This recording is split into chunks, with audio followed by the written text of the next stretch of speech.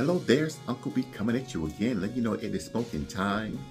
It is smoking time. So whether you're smoking your pipe, your vape, your cigars, your weed, whatever it is you smoke, it is that time with Uncle B to relax, unwind, and smoke with me.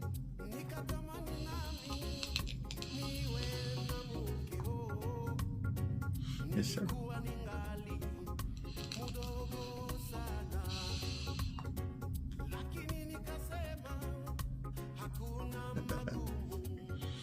So if you would be so kind to subscribe to my channel, it would be greatly appreciated. Yes, sir. Yes, sir. It would be greatly appreciated.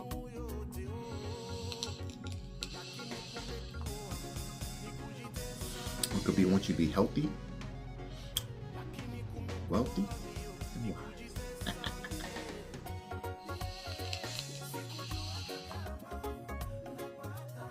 I also want you to be healthy,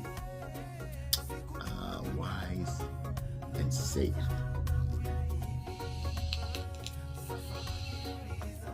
So we're going to talk about today our wives, our significant others, our girlfriends. How did you meet? How did you meet? And how did you know she or he, if you're a woman, was the one? That's the question Uncle B has for you. How did you know they were the one? Or I like to say, how did you believe that they were the one? Or why did you believe they were the one? Because we don't know for sure. It's all about faith, what we believe, what we see, what we experience with that person to make us think that they could possibly be the one. So, if you want to know, well, how did you know that particular person was the one? That's the question of the day.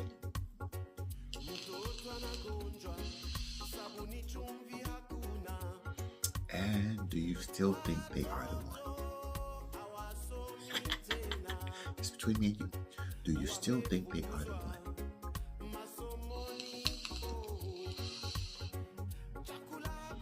First of all, what I believe is whenever someone meets you and your significant other or your wife or your boyfriend, there should be something about them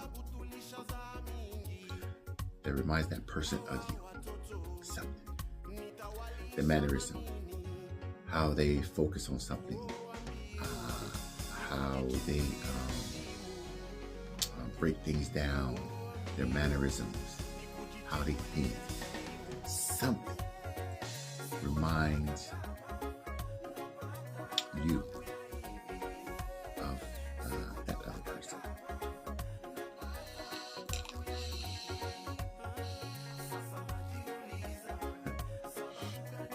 Because when my friends met my current wife and my daughter, they all said, she reminds me of a female version of you.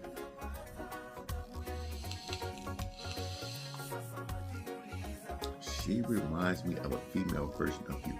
Well, why is that? Her mannerism. You can see or sense the love in her heart for other people, right? How she treats other people, right? How she loves them, how she's polite, how she wants everything to go well, right? How she basically seems like she loves everybody, right? They said that reminded us of you. She reminds us of you. My daughter said, I didn't really want to like her. I didn't want to like her because she wasn't my biological mom. You know what I mean? She was my mom and I wasn't going to like anybody. That was my mom. But my daughter said, I could not help it being around her. She reminded me of you, Dad. And she didn't have that with my ex-wife. It was totally opposite how we handled stuff, right? so she grew on my daughter. My daughter ended up loving her because she reminded my daughter of me.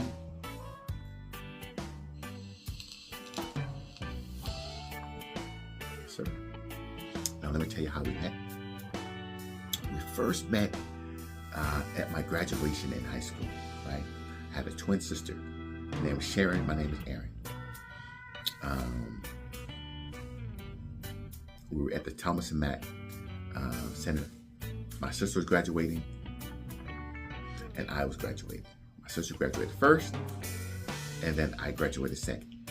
Well, my wife's name is Huzetta. Huzetta came to support my sister. She never met me. She never even know that my sister had a brother, let alone a twin brother.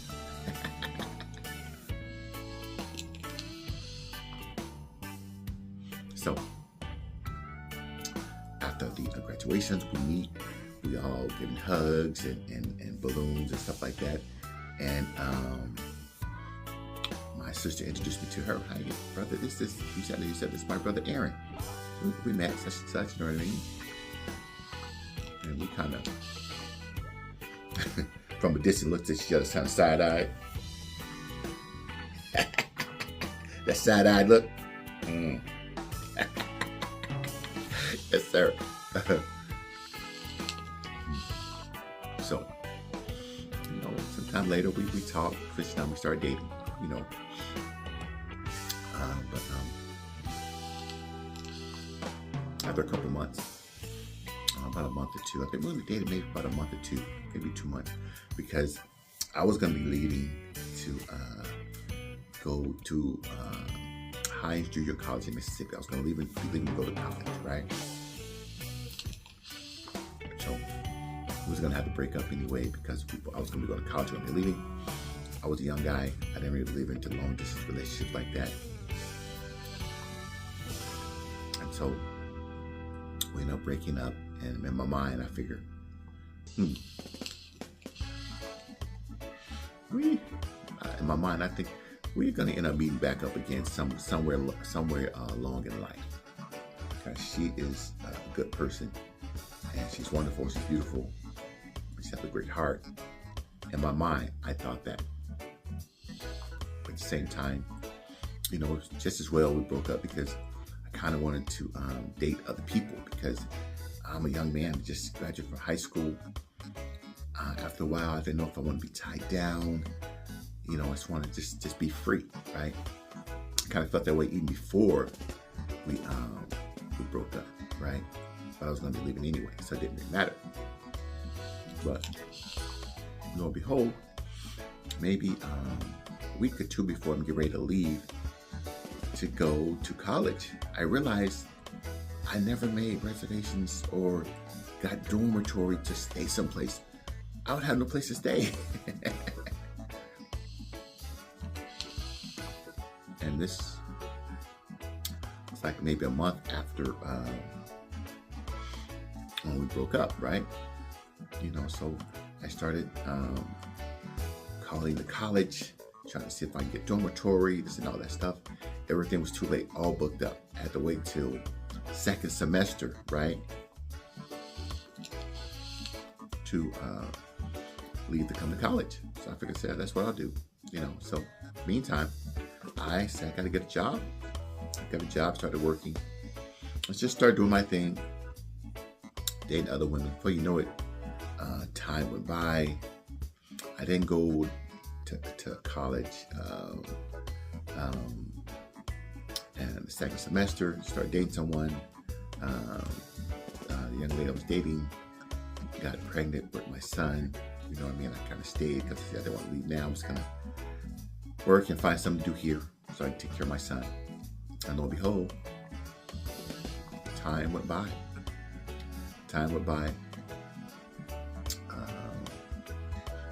I ended up meeting someone else, marrying someone else along the way. Married about 20 years.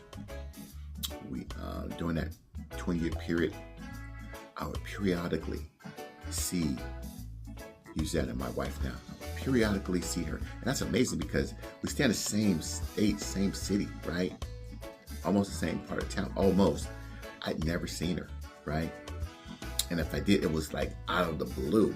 I'd run into her at a store, at an event, and I'd always get this feeling like, I wonder if she's upset with me because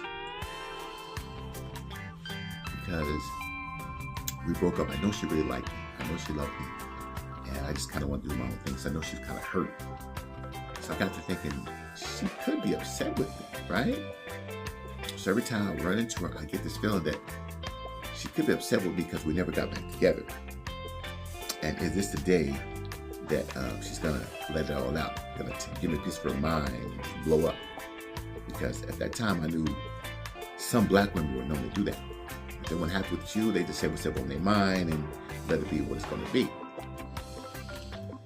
I didn't know her that well to see if this was that type of woman. Because when we dated, we never had any arguments. You know what I mean?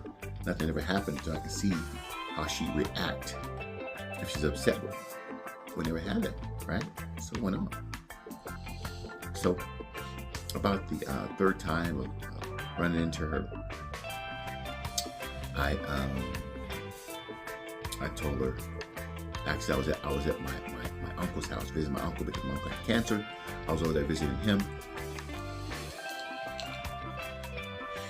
and my cousin called from her job to talk to my aunt. And when she called, she knew I was there. I said, "Tell Rosalind," which is my cousin. I said, "Hello." And she said, "Hello." And she said, "Eugenia said hi." I said, "Yee." Again, I got that feeling. Ooh, is this going to be the day that she's going to let me have it? So I said, let me talk to her. We talked, some small talk. How you doing? How you been? Stuff like that. I said, I got to talk to you. I said, take down my number, give me a call, and we got to talk. She said, okay. She had no idea what I want to talk about. At that time, I think it was just me feeling that way, you know. So maybe a couple days, maybe a week later, she called me. At that time, me and my wife separated. I was in my apartment, and she called. I said, hey, I just want to talk to you. And I said, you know, every time I run into you, I feel a little guilty because we never got back together. And I'm thinking that you have a problem with me, and it's going to be the day that you're going to just blow up and just whack out on me.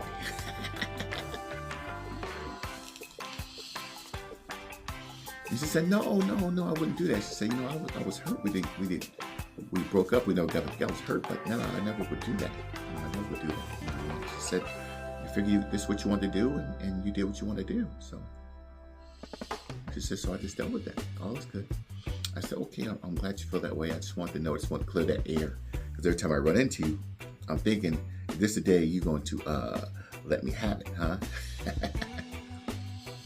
She said, no, all is well. I said, you know, the thing is, I'm married. I'm just separated right now. We're going through some things. And so that's where I'm at. We're still working on it. I got my own place. My wife's at the house. We're kind of working our way back together. I said, so that's where we are now. And she said, okay. She said, if things don't work out, you owe me dinner. I said, no problem. Things don't work out, I owe you dinner. I said, keep in mind, I'm married. I don't call other women. I don't talk to other women. I don't call them on the side. So you won't hear from me. If you hear from me, then that means that things didn't go well. She said, you know what? I knew you were that kind of guy. I knew you won't mess around and call other women while you're married, stuff like that. She said, I knew that about you.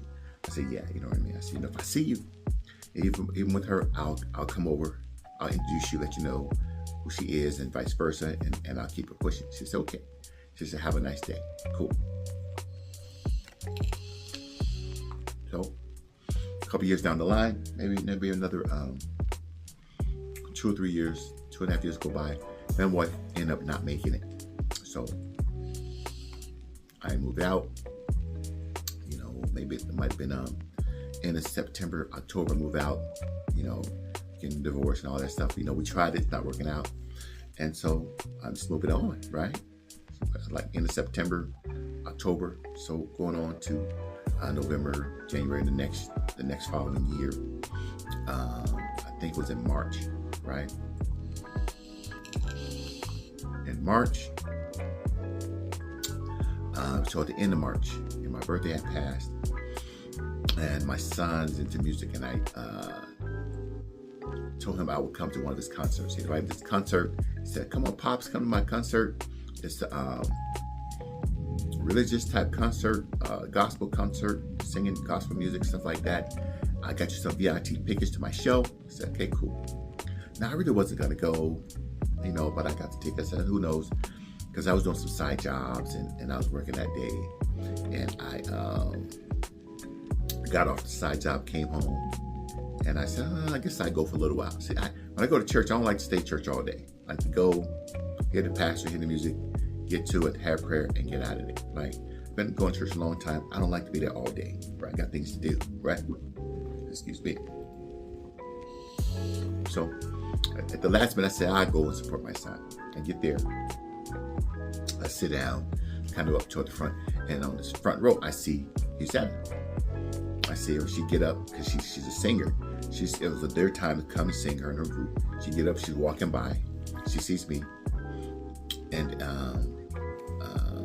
I stand up because I'm letting some other ladies out because they was on part of the same group. They was going to sing, and she sees me. She's surprised. "Hey, how you doing, fella?" And I say, "Hey, how you doing? Good to see you." She said, "Hello." She said, "Good to see you." Then they went on up and sang and did their thing, right? So saw her. Then I decided, well, I'll just wait. I was actually going to be leaving pretty soon because, like I say, after a while, I'm ready to go. I'm ready to go. So I said, I'll wait till it's over. I'll talk to her. Maybe we switch numbers and we'll just get together, catch up. That's all I was thinking. I don't think about us getting together, nothing like that. We'll just catch up because we're friends. She was a wonderful person. We'll just catch up, right? That's all on my mind. So I waited till it was over. We talked for a minute. Said, "Hey, let's get together. Let's catch up. Let's have lunch or something." She said, "Okay, fine." So switch numbers, and I said, "Call me when it's good for you." And we'll set something up. And she said, "Okay." So maybe a day or two, she called and she said, "Hey, just checking in, seeing what's going on." I said, "Yes, glad you did. Let's get together on Saturday, right? Saturday at my favorite place. My favorite place at the time was TGI Fridays, right?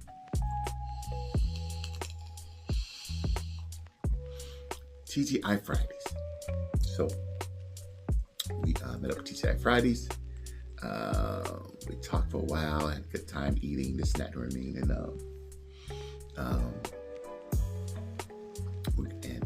we started asking each other, like, "What are you looking for?" I said, "What are you looking for?" I said, "What are you looking for in a man?" She said, "I'm looking for you." And, we thought that was funny. I should joke around, so we laughed, What a way to feed my ego, right? I'm looking for a guy. I'm looking for you. I said, "Right, cool. She said, "What are you looking for?" I said, "Okay, now what are you looking for?" So I'm looking for a woman that loves me. But even when things aren't going good, or if I did something to piss her off, or did something that she really didn't like, I can still see the love while she's talking to me. Even though she explained to me the things that I did to hurt her, that I need to work on, I still could see the love. That's the kind of woman I'm looking for. No matter what's going on, she still loves me. She still shows that love. She still shows that respect. In spite of how she's feeling, in spite of what's going on, she still shows me that respect. That's the kind of woman I'm looking for.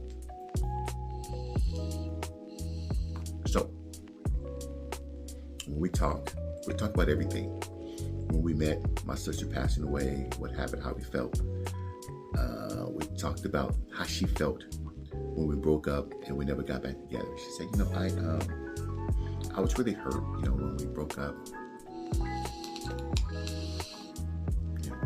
Because I really liked you. I was hurt, but then I really hurt when I saw you around and you moved on. You was dating someone else, other ladies, and I would run into you, and I would see them, you with them, and I was kind of hurt, just to see that, time had passed. So, but in my mind, I said, If that's what he wants, that's what he wants, that's what he chooses. I just want him to be happy. So if that what makes him happy, I'm happy for him. When she said that, I realized, oh my God, this is the type of woman that I need. Because remember, when we dated for maybe a month and a half, 2 months, and when I graduated. So I didn't really get enough time to see how she reacts when things don't go her way. Is she gonna blow up? Is she gonna curse me out? I didn't get a chance to see any of that because everything was always cool. And when we broke up, it was amicable. It was amicable, right? It was mutual. You know what I mean? I said, this is what I want to do. I want to do my own thing. She said, okay. You know, and we did that, right? She never tried to stop me. She never came around and tried to make me feel guilty or anything like that. It's just like, if that's what you want to do. If you're happy, that's what makes you happy. I want you to be happy. So she never pushed up. She kept it pushing, even though she was hurt. And she told me it took me years. She said, it took me years to get over you.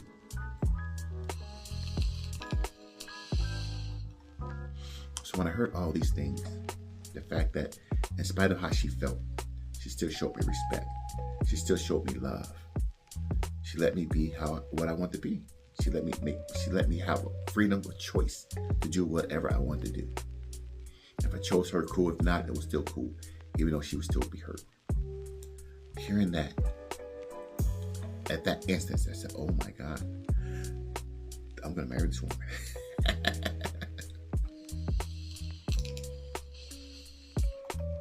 That's what I said. I said, I am going to marry this woman. This is the woman for me. I didn't tell her that, right? Because that'd be crazy. It would be absolutely crazy. I haven't seen her in years, except periodically. And we have a first date after I'm not with my wife anymore, and it's not, you know what I mean? It's months down the line, the following year in the March. And my mind to tell her, oh, we're gonna get married. It's crazy. I didn't tell her that. In my mind, I said that because this is the kind of woman I'm looking for. I just said, I'm looking for a woman that loves me. Even when things not going good. Even when I did some things that pissed her off or that she didn't like, I could still see the love that she had for me during that time. During the time her telling me, Aaron, you know, you hurt my feelings. I don't like how you did this right here. You did this, you did that, you know what I mean? And it hurt me, this, that, you know what I mean? And I just want to let you know that. But still show me respect and love. I never want to see a part, I'm dating someone, we'll be married, and you get so upset at me that I can't see the love. That makes me start thinking, I'm not sure we're going to make it. Because your love only goes from here to here. I need your love to go from here to here, right? That's covering everything that we may go through. That's covering, if we get bigger, we get smaller, man, we get hurt, you know what I mean? We get disabled. That type of love from here, like this right here, covers all that. That love from here to here, don't cover that. And you can see it in their actions, in their speech, and they're speaking towards you. You can see that. And when you see that, you got to address that with your wife or your girlfriend. Let them know, hey, I'm seeing that whenever we have problems, you get so upset that I don't see the love. I don't feel the love that you have for me. What's going on with that? We got to fix that because I got to have more love than that. I got to have more love and commitment than that. If not, I don't think we're going to make it. So I'm not sure, but that's something we can work on. So you work on it and you see where you end up. With my first wife, the love only went from here to here, right? You know, for me, you know, so, and today I love her. I'll always have love for her because I just do. I think she's a wonderful woman, but in my mind, she didn't have the love for me that I needed for me to go through my life. And I have to be honest with myself, in spite of everything, about how I felt about her. It wasn't how I felt about her. It was about how she felt about me in my eyes. That made me think, well, we're not going to make it. Right? my present wife, I had no doubt how she felt about me. I had some ups and downs, but through it all, I always feel that she loves me.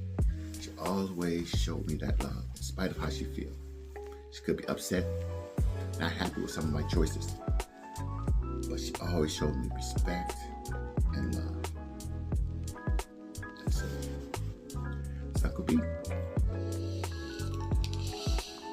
So, we've been married now almost 10 years. Probably going on 10 years. And it's amazing. We didn't have any biological kids together. I had my two kids before I got married. She never had any biological kids of her own, but when she was married before, I think she was married about 17, 18 years. Her ex-husband had kids, and she helped raise them, so those are her kids. And again, our mindset are alike. Whenever we become part of a family, or you become part of my family, you're always part of my family, in spite of anything that goes on, right? We may break up, we may get a divorce, but you're still part of my family. I'm still wishing you well. I still want everything to go well for you. That's just how I am. Whether we're together or not, I want the best for you. Because we're family. In spite of us not being together anymore, we are family. And I'm always going to have love for you. Always going to love you. Because if I say I don't love you, then the love I initially had for you wasn't real. It wasn't real. Love just don't stop that way, right? It just don't go, I love you now and I don't love you later. No, that's not real love. That's like, right? Real love covers all that. Love covers a multitude of faults and sins. That's what real love does.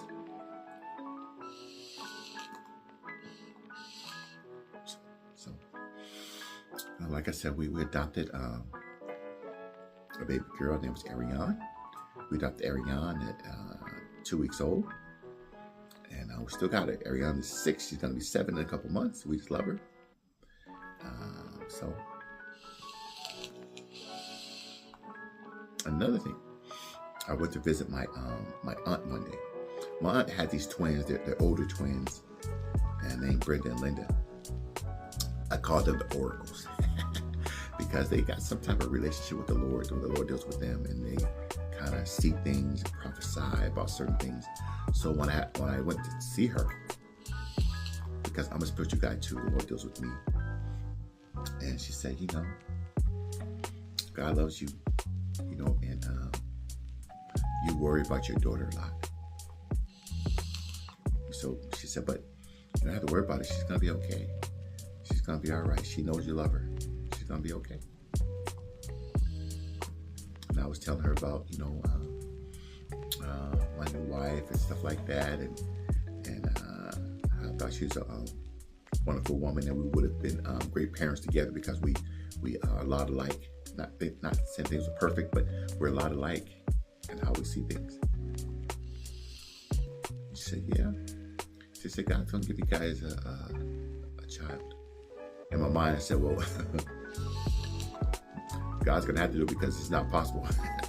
I got a vasectomy. I can't have any kids. You know what I mean? But I said, hey, nothing is impossible for God in my eyes. You know what I mean? Because I believe it. I said, but He's going to have to do it. I ain't trying to do it. I'm just going about my business. Lo and behold, a couple years later, I get a call. We get a call. My sister called me saying that my niece had another baby. And she couldn't take care of the baby. So the people at the hospital called my sister, said that your daughter's here. She had another baby, and if you don't come get her, if you don't get the baby, then we're gonna send the baby to child care or child protective services because your daughter is a known drug addict, and she had 7 other kids, and she didn't have any of them because of her lifestyle, and she's addicted to drugs, so she don't have any of her kids. So they're not going to give her this child. You know what I mean? She haven't proved that she can be a mother. She's just having babies. So they automatically take the child, and they call my sister. My sister's at the hospital. The social worker is there. My wife is in Child Protective Services. She's a supervisor. One of her workers is there, is handling the case. She remembers my sister. She remembers that she's sister-in-law to her boss, my wife. So when she saw that my sister was all distraught about this baby, she called my wife. She said, "Hey, your sister's here, and she's upset. She's crying because there's another baby here she has to take." And so my wife called her, and I think she went down there and talked to her. And that's when my sister told her that, yeah, my daughter, your niece had another baby, and we just can't take any more babies. We have, let's see, 1, 2, 3, 4. We have 5 of her kids. We just can't take any more kids, but we feel guilty if we don't take her. When she get older, she's gonna say, "Well, why you take all my brothers and sisters and not me?" So that's where my sister was. And my wife said, no, we'll take her. We'll take the baby.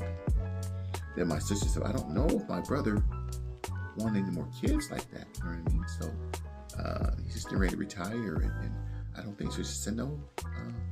Remember," my wife said, "No, remember when we said if something happened, we'll step in, we'll help out, we'll take the baby, we'll take whatever happened, but boy or girl, we'll take the baby." My sister said, "Yeah, but I don't know how my brother feel." So my wife called me, told me what's going on. I said, "Can we take the baby?" I said, "Yes, we'll take the baby." I said, "But we're not taking the baby just to give the baby back. We're taking the baby to adopt her, so she's gonna be part of our family, because I couldn't deal with the fact of having her for a couple of years and giving her up, because that would be too much on our hearts. So if we're gonna take her, we're taking her to be part of our family." My wife said, "I agree."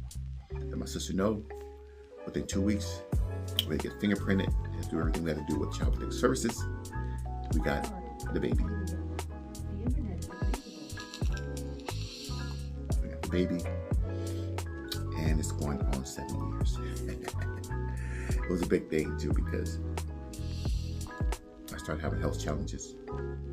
Didn't realize I still had a heart murmur. Had a hole in the back of my heart. Didn't know it had opened up. I was having all kind of problems, and we had this baby here. And maybe a year after getting the baby, I retired. Mainly because I wasn't gonna make any more money. I was topped out. I had enough time to retire, and I was feeling really ill. So, a year after we got her, and then I retired.